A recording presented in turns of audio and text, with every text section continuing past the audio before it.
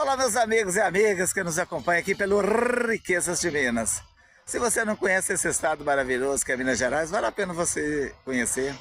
A terra do pão de queijo, do feijão tropeiro. Ai, gente, aquele franguinho com quiabo, hein?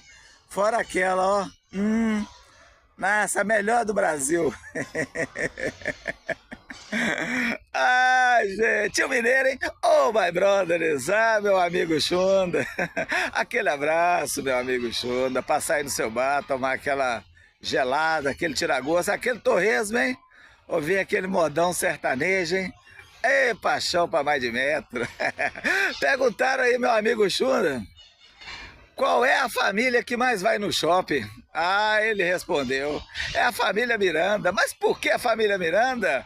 É porque ela mira e anda.